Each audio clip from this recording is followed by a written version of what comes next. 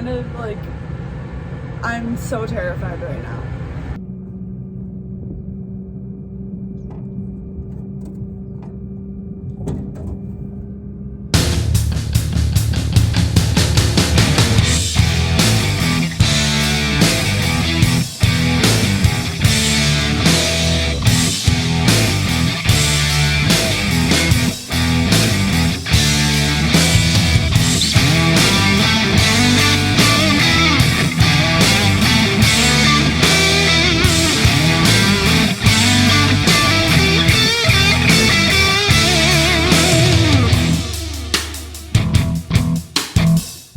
Today is Monday, off to the start of the week.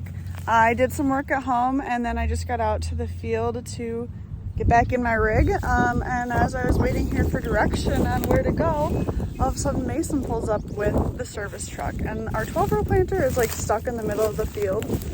I shouldn't say stuck, it's stopped in the middle of the field. So not sure what's going on there. I don't think I'm gonna go down there and try and figure it out. They're like, but I still have a hydraulic leak and it looks like it's gotten worse. That's cool. Let's check the back. Well, as you can see, it's a touch wet back here, so I'd assume, yeah, I'm still leaking. This is all coming from a girl who knows nothing about machinery besides that I now know how to drive this tractor. I know enough to be dangerous now, I think. So I don't know if that's a good thing or a bad thing. Okay, hopefully they're done talking. All the coordination to get everyone where they're supposed to be. So what I was saying is first field of the day done, just a tiny 4-acre thing. I have to go across a bridge right now, and if you've ever watched our videos before, you know that I am terrified of bridges. Let me just turn this camera on. I'm so terrified right now. Oh my god. Let me just turn this camera around. Okay. I actually, as we're getting closer, I'm like panicking a lot. Okay. This is the bridge. Yep. Yep, this is the bridge. I'm not gonna film me crossing this because I'm gonna go so slow and I'm probably gonna be panicking the entire time, but I'm already panicking. This is terrifying. Alright, we crossed it. I literally went 1.3 miles per hour across it. But we got her done. Oh, I just hate bridges so much. And like, there's a cute little babbling brook that went underneath it and like a very picturesque situation. But I'm just here thinking, what happens if my tractor falls off? What happens if my drill gets stuck and I get stuck and I die? That's dramatic, I'm well aware, but that's my thought process. Heading into my next field, we're starting on the headlands. Set myself up for success by putting myself right in the corner. So we're good to go. On this one I have a lot of space that I can turn around on the edges. So drill is down, let's go.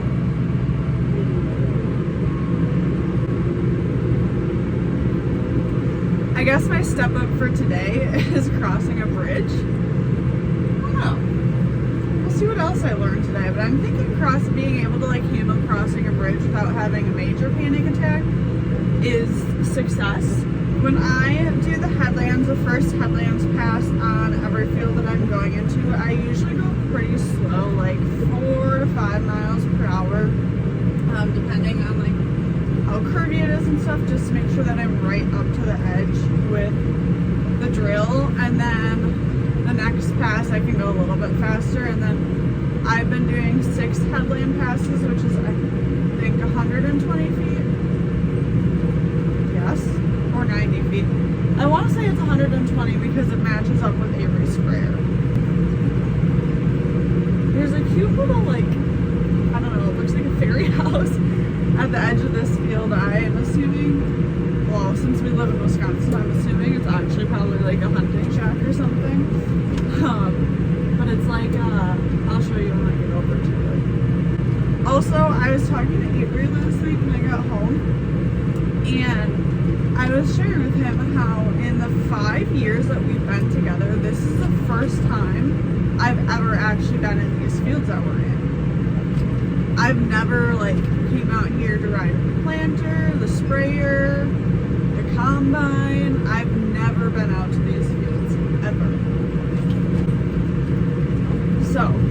don't know. A little wet there.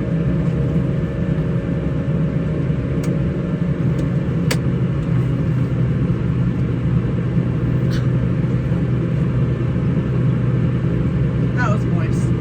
Okay, and it was very deceiving because it's like really dry on top here. Anyway, what I was saying, I have never. I wonder if I should look though.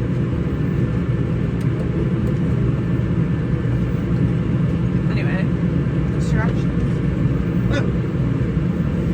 I've never been back to these fields before, so it's really cool to just see more of what we farm.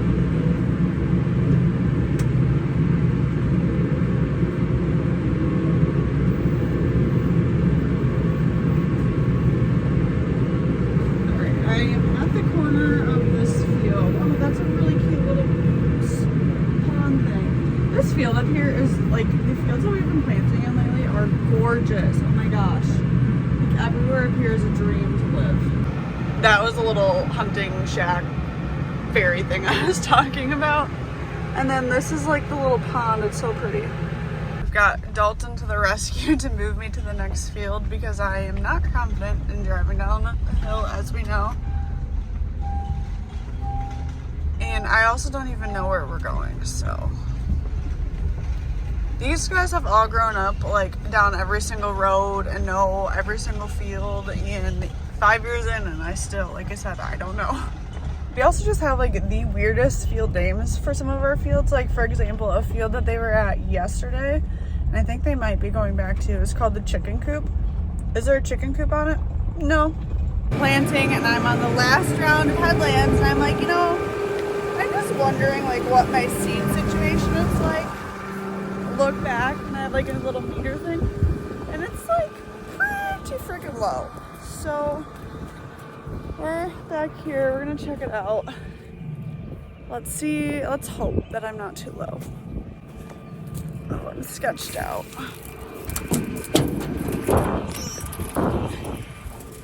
Whew. Okay. So thank God I checked. We do have a lot. Let me look. I do have seed, so that at least means I didn't run out. That's my little meter thing. That's saying it's low, which that's not wrong. It's very low, but I still got seed. That's good news. At least we still have seed. I'm gonna go radio them and say I need some seed pretty quickly here. I don't even know if I should risk. Also, I stopped on a hill.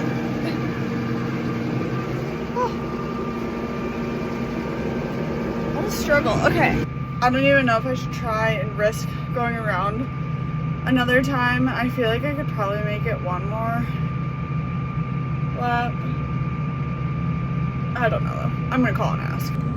I'm running pretty low on seed. Is anyone gonna bring me some soon? Yeah, Dalton Willie's right with me. Tiger is a seed tender by you.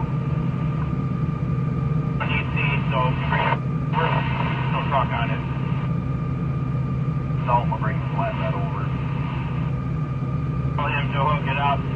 Will fill me up, and then he can take it to you. And then I got to figure out where I'm going next. I'm gonna go at least like around the corner here, I think. And then we'll get out and check again. I guess I'm gonna have to wait a while for seed anyway. Perfect. You just hook it up and come behind the crate bin, fill me up, and then I need to figure out how to turn the radio down. Anyway, so, okay, apparently according to that, it's gonna take Dalton 10 minutes to get to where the seed tender is. They're gonna fill up the other planter, then they're gonna come to me, and I think they're quite a ways away from me, so I've got nothing but time to kill, and I don't want to run out of seed, so I'm just gonna get out frequently and check and just keep planting as much as I can. Being a YouTube farmer or farmer who shares her life on the internet is figuring out weird ways to get your phone propped up. I've been wanting to do an angle like showing like getting up into the seed tender, and I'm currently propping my phone up on corn stalks.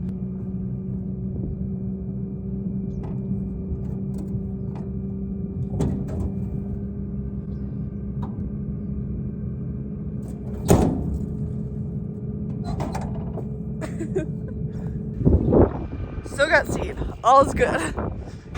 Dalton's out here to the rescue. I'm like clear out. I don't know how planting and that chainsaw. What? Yeah. What chain? You over there? What turns that square down? Oh no!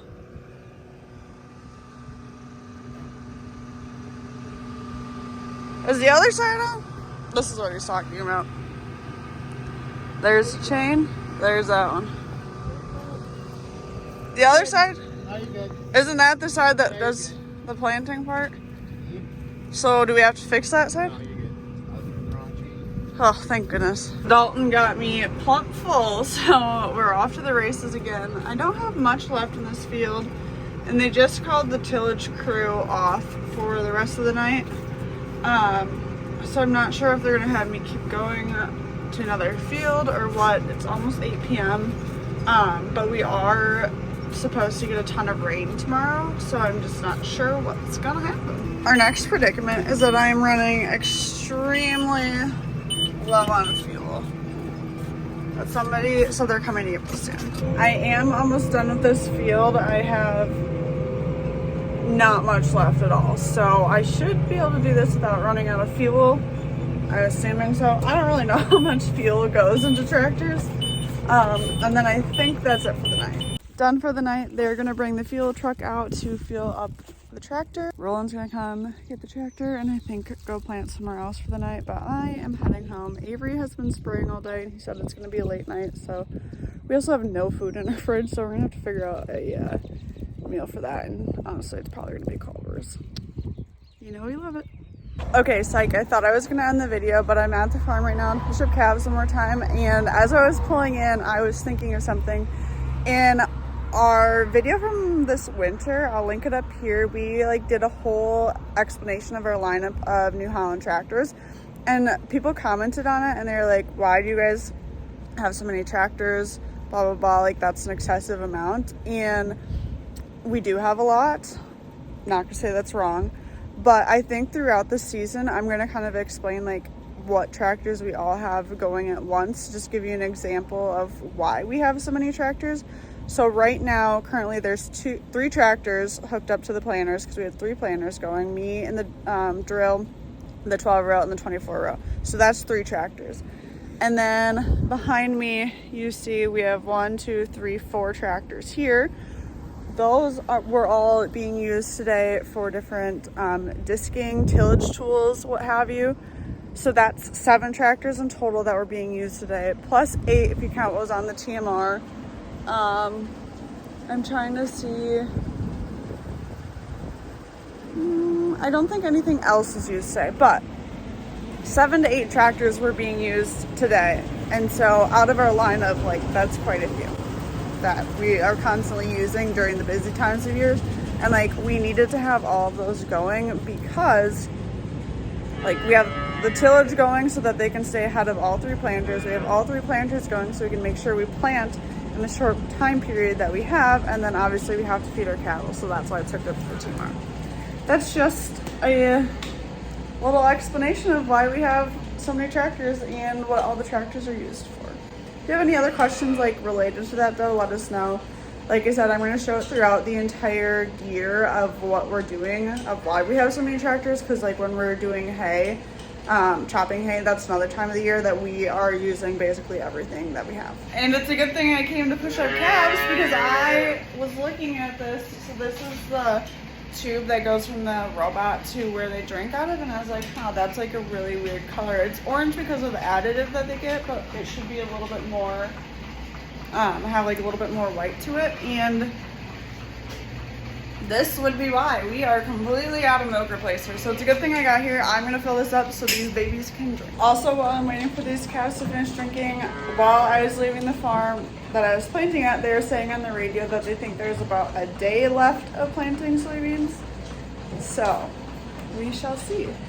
So I filled it up, fed them, all those things, and then I was contacting Avery to try and figure out what we're going to do for dinner because I haven't been able to go grocery shopping lately, and we are literally like clear out of food. So we're trying to figure out what to do for dinner.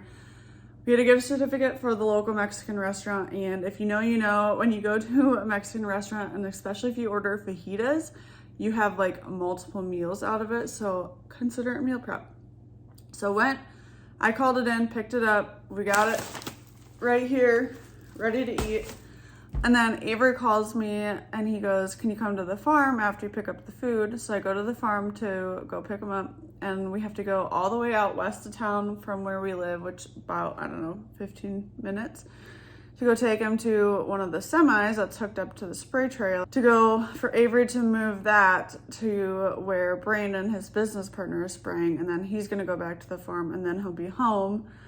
So I just got home from doing that and dropping him off, and it's now 10 p.m., which is just kind of the norm during this busy time of year. But I was talking to somebody earlier this morning, and again, I'm rambling, so like you guys can fast forward during this, but anyway, I was talking to somebody earlier about how I feel like planting is a sprint and then harvest is more of a marathon.